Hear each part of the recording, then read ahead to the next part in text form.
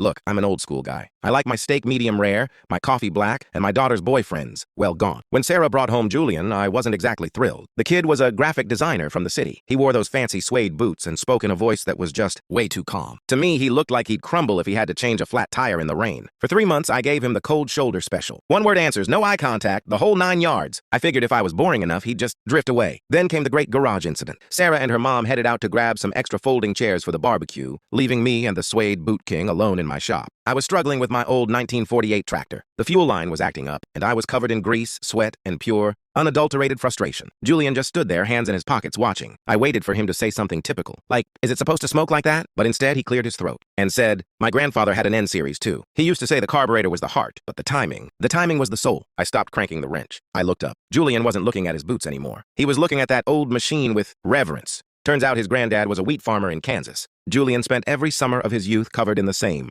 black grease I was wearing. We spent the next 2 hours huddled over that engine, swapping stories about stubborn bolts and the good old days in the Midwest. By the time the girls got back, Julian's fancy boots were ruined, his shirt was trashed, and we were sharing a lukewarm soda, laughing like old war buddies. Sarah looked at us like we'd traded souls. Julian isn't just some city kid to me anymore. He's the guy who knows that sometimes the best way to a man's heart is through a rusty old engine. He's all right in my book,